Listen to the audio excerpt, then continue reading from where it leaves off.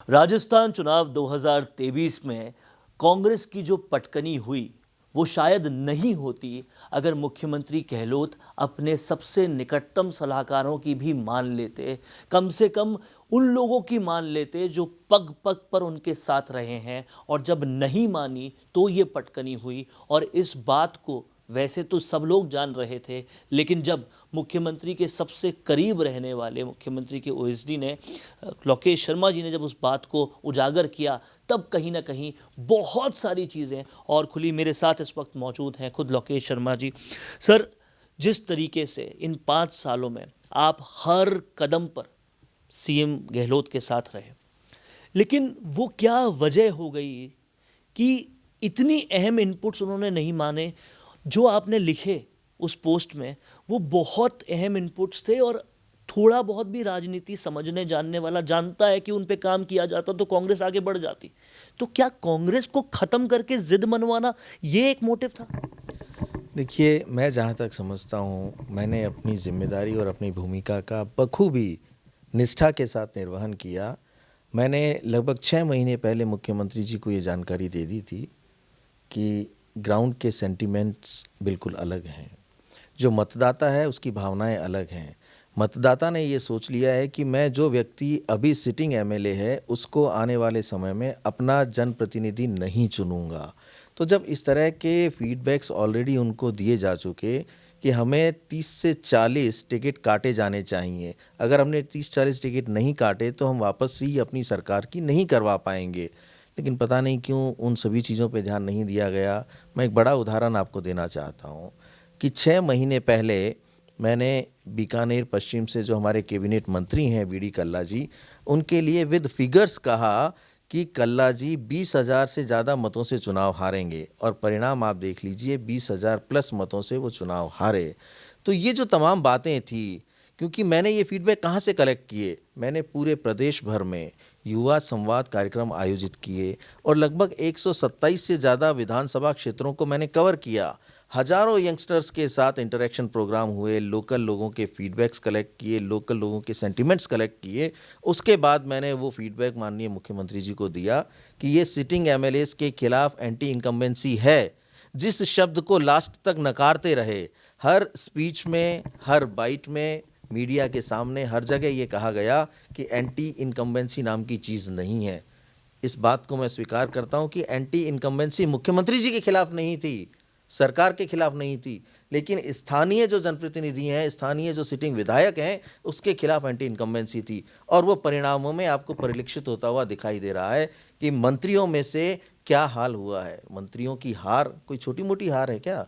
कोई 15,000 से, 20,000 से, 35,000 से ये मंत्री लोग चुनाव हारे हैं। और एक और बड़ा कारण मैंने इस एंटी इनकम्बेंसी का पाया। आपको याद दिलाना चाहता हूं कि 2018 के चुनावी कैंपेन में राहुल गांधी जी ने अपने रोड शोज़ किए, और उन रोड शोज़ के दौरान उन्होंने अपने स्पीचेस में ये कहा कि हमारी सरकार आई तो जो मंत्री होंगे उनके दरवाजे कार्यकर्ताओं के लिए 24 घंटे खुले रहेंगे। 24 घंटे छोड़ो, उन्होंने तो 12 घंटे, 10 घंटे, 5 घंटे तक उनके लिए खोल के नहीं रखे। तो कांग्रेस का कार्यकर्ता कई जगह ये कहता पाया गया, यानी मुझे खुद तक को ये फीडबैक्स दिए कि भाई साहब, लगता ही नहीं है कि हम कांग्रेस की सरकार हमारी सरकार है, क्योंकि हमारी ना तो सुनवाई होती, ना हमें कोई पूछता, ना हमसे कोई बातचीत करता, और अगर हम किसी काम की वजह से चले भी जाएं तो हमें कोई वहाँ पे तवज्जो तक नहीं मिलती। तो जब ये हालात बन गई थी, अगर राहुल गांधी जी की उस मंशा को इन तमाम लोगों ने पूरा किया होता, कार्यकर्ताओं को तवज्जो दी होती, तो इनके खिलाफ एंटी इनकम्बेंसी भी डेवलप नहीं होती। लेकिन उन सब चीज़ों को दरकिनार कर दिया गया, फीडबैक्स को दरकिनार कर दिया गया, और वो फीडबैक अकेले लोकेश शर्मा का नहीं था।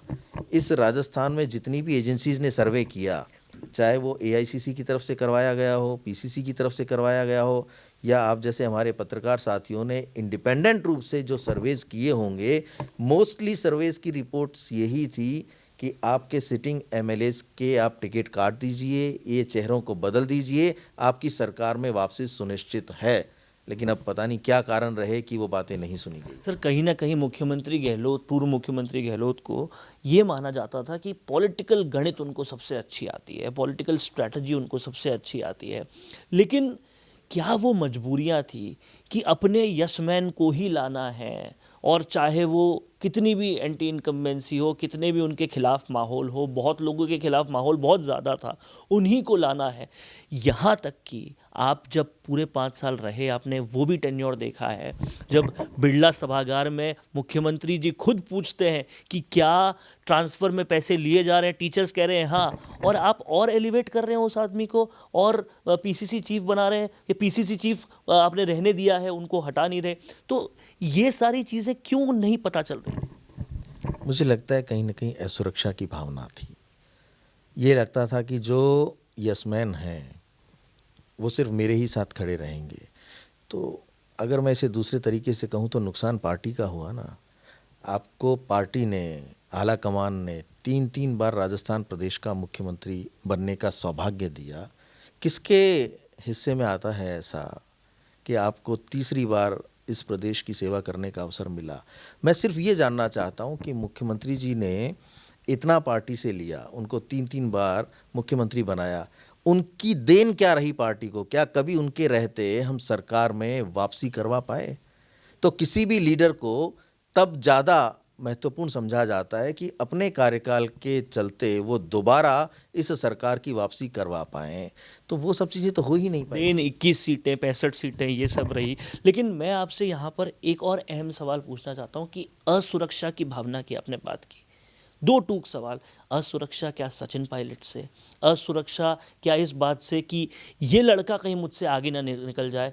असुरक्षा ऐसी कि पार्टी को ताक पर रख दिया, उस पार्टी को जिन्होंने आपको तभी बनाया था मंत्री जब आपकी भी उम्र छोटी हुआ करती थी, तो आप युवाओं के पीछे क्यों पड़े? असुरक्षा की भावना इस तरह से कि अगर कहीं कभी किसी बदलाव की बात चले या कहीं किसी भी तरीके की, जब कहते हैं ना कि हमें एमएलएज के साथ बात करनी है, 1 to 1 करना है, जो आलाकमान की कई बार मंशा होती है कि हम ये जानना चाहें कौन क्या कहना चाहता है, तो अगर मेरे यसमैन हैं तो वो सिर्फ मेरे ही बारे में बात करें। तो कई तरह की असुरक्षा होती हैं कि कहाँ किसी तरह का बदलाव ना हो जाए, कुछ और चीज़ें ऐसी नहीं हो जाएं।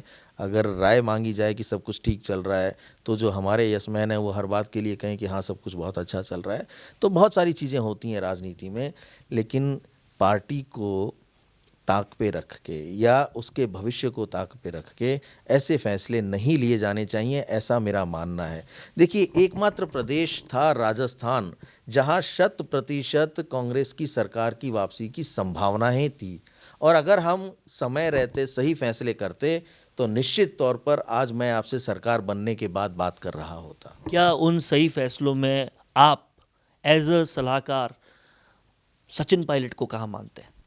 देखिए, उनकी भूमिका तो राजस्थान में महत्वपूर्ण रही ही है, क्योंकि उन्होंने नए युवाओं को अपने साथ जोड़ा, यंगस्टर्स के आइडियल वो हैं, कनेक्ट करते हैं, उनके बीच में पहुंचते हैं। वो भी जितने यंगस्टर्स हैं वो भी उनका अपना एक कहते हैं ना कि आइडियल के रूप में भी मानते हैं, समझते हैं। तो भूमिका बड़ी थी। सही रूप में एक सामंजस्य के साथ अगर उनको भी साथ लिया हुआ होता और वो घटनाक्रम नहीं हुए होते, तो मुझे लगता है कि आज परिणाम और अच्छे होते और दूसरे ही होते आज। 25 सितंबर की जो घटना हुई, उस घटना के बावजूद आलाकमान ने किसी किस्म का कोई एक्शन नहीं लिया, और कहीं ना कहीं उस घटना को और लिंगर ऑन करते हुए फ्री हैंड मुख्यमंत्री गहलोत को दिया। क्या इस सब के पीछे आलाकमान की कोई मजबूरी थी, या फिर कहीं ना कहीं कोई ऐसी मजबूरी कि कुछ भी हो जाए सीएम गहलोत को ही फ्री हैंड देना? देखिए, अब जब वो सारा घटनाक्रम हो चुका था, मैंने तो स्पष्ट रूप से कहा कि 25 सितंबर की घटना प्रायोजित घटना थी, और मेरा ये मानना है कि उस दिन जिस मंशा से आला कमान के प्रतिनिधि खड़गे साहब और अजय माकन जी यहाँ आए राजस्थान में, वो मंशा और वो एजेंडा अगर पूरा हुआ होता तो निश्चित तौर पर तस्वीर कुछ अलग होती। लेकिन जहाँ तक फ्री हैंड की आप बात कर रहे हैं, तो मुझे लगता है कि इन पिछले दिनों में, इन पिछले 1 वर्ष में मुख्यमंत्री जी ने ये आला कमान को पूरे तरीके से आश्वस्त कर दिया था कि आप मुझे मेरे अकॉर्डिंगली काम करने दीजिए, मैं सरकार की वापसी हर हाल में करवाऊंगा। तो इसीलिए आप देखिए, जितने लोगों को जिस जिस तरह से वो टिकट दिलवाना चाहते थे सभी को टिकट दिलवाया, जिसका उन्होंने कटवाने की बात की उनके टिकट कटे भी। तो सारा पूरी तरह से आला कमान ने, कांग्रेस पार्टी ने उनको फ्री हैंड दिया कि आप जैसे चाहें वैसे कैंपेन कीजिए। जिन लोगों को आपने टिकट की बात कही है उन सबको टिकट भी दिए गए। और जिस तरह का अथाह प्रचार किया गया, देखिए पिछले टेन्योर में हमने एक बात कही कि हम अपनी योजनाओं का प्रचार प्रसार ठीक से नहीं कर पाए, इसलिए शायद कहीं ना कहीं हमें हार का सामना करना पड़ा। लेकिन इस बार तो वो कमी भी पूरी हो गई।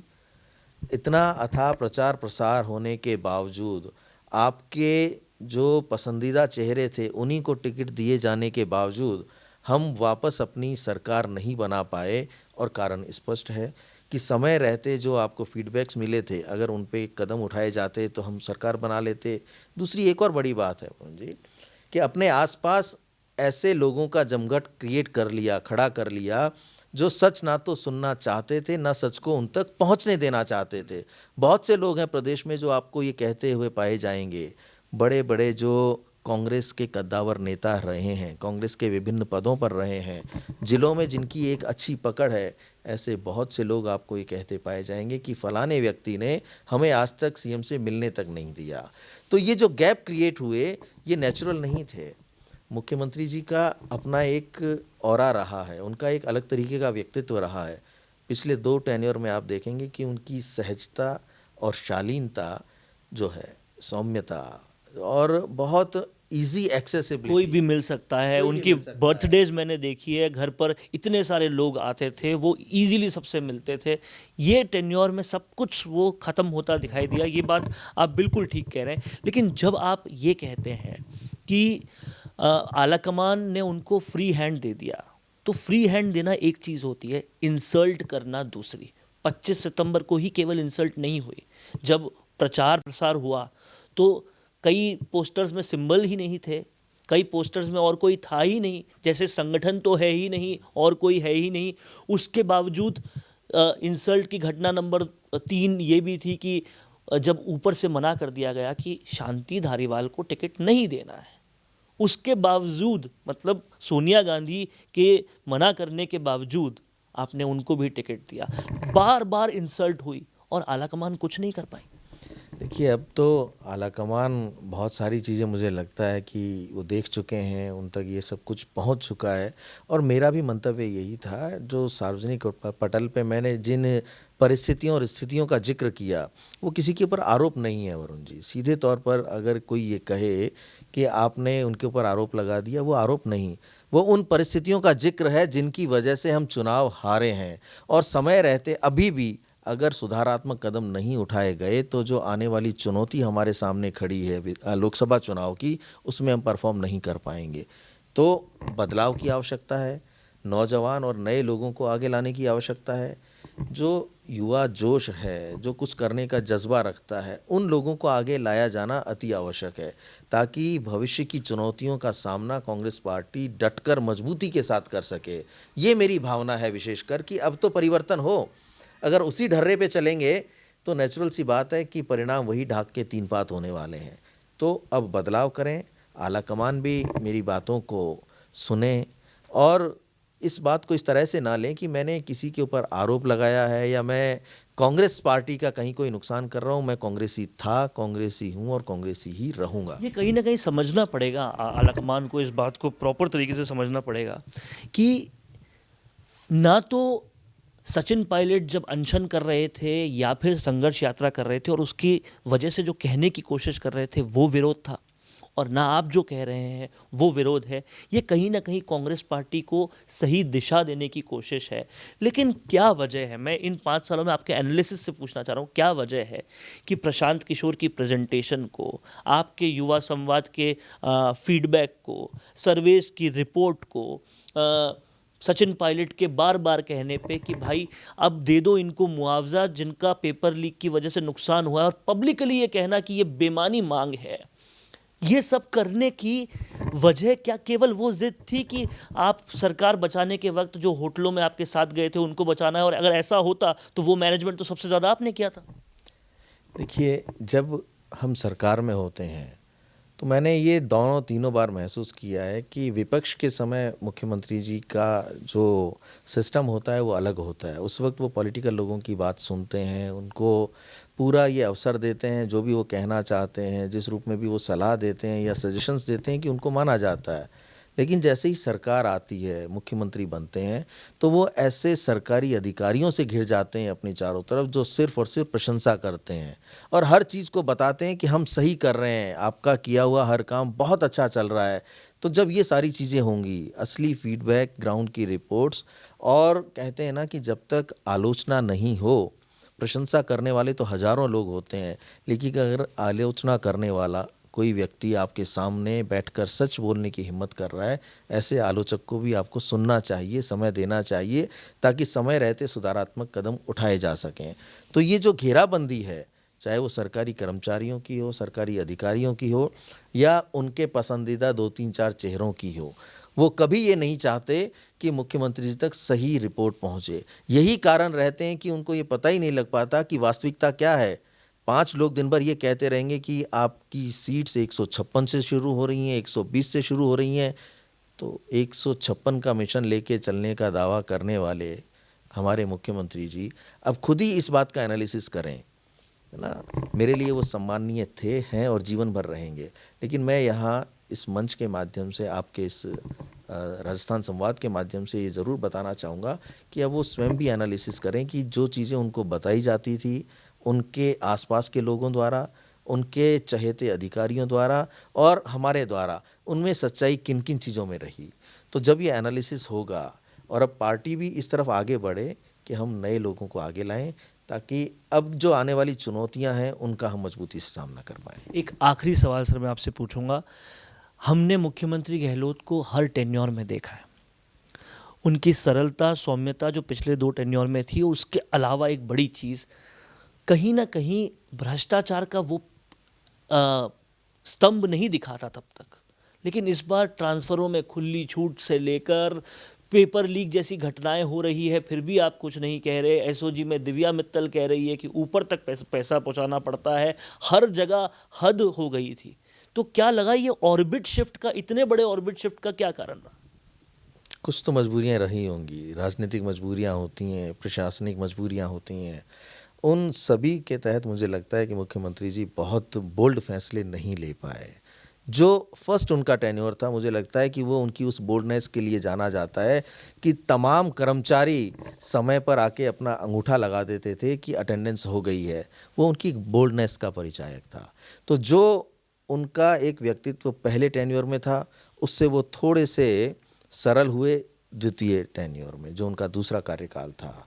और तीसरे में तो वो बाकी सब लोगों को इस तरह से छूट मिल गई कि आप कुछ भी करें, बस हमारा समय निकलता रहे। तो ऐसी स्थितियों में मुझे लगता है कि ना तो संगठन का भला हो पाता है, ना जो सुशासन देने की हम बात करते आए हैं, जिस तरीके से हम ये कहते आए हैं कि हम डिलीवरी दे रहे हैं, आप देखिए डिलीवरी भी कहाँ हो पाई।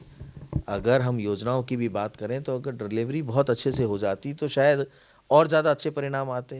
तो इन सभी चीज़ों का मिला जुला जो एक बहुत बड़ा कहते हैं परिणाम आया, वो ये है कि हम चुनाव नहीं जीत पाए और अपनी सरकार की वापसी नहीं करवा पाए। तो कहीं ना कहीं चुनाव नहीं जीतने के बड़े कारण से लेकर मुख्यमंत्री के सबसे करीबी लोगों में से एक जब बता रहे हैं इतनी सारी वजह, तो ये अब आलाकमान के लिए एक अलार्मिंग सिचुएशन होनी चाहिए कि अब तो कम से कम आपको बदलाव की तरफ अपने पैर रखने पड़ेंगे। नहीं तो कांग्रेस को जो सच में आगे बढ़ाना चाहते हैं उनको आपने ऐसे ही नहीं समझा, तो कांग्रेस सच में सबसे पुरानी पार्टी से सबसे लुप्त पार्टी बनने में देर नहीं लगेगी। कैमरा पर्सन चेतन के साथ वरुण बंसाली, राजस्थान संवाद के लिए। Namaste. Are you looking for a professional Indian spokesperson for your business promotion? Look no further. I am Varun, an actor, spokesperson with 20 plus years of experience. Whether you are launching a new product, promoting a service, or simply aiming to connect with your audience, I am here to do that for you in the most impactful manner that connects with your target audience. I do scripting, editing, motion graphics, lighting, animation, and audio. All these in-house, ensuring quality and fast delivery. I offer logo insertion, image insertion, video insertion, bottom scroll insertion, and movable background too with just a little extra charge. Now what are you waiting for? Let's join hands to create a promotional masterpiece that reflects your brand identity. Check out my profile now and message me for any kind of queries.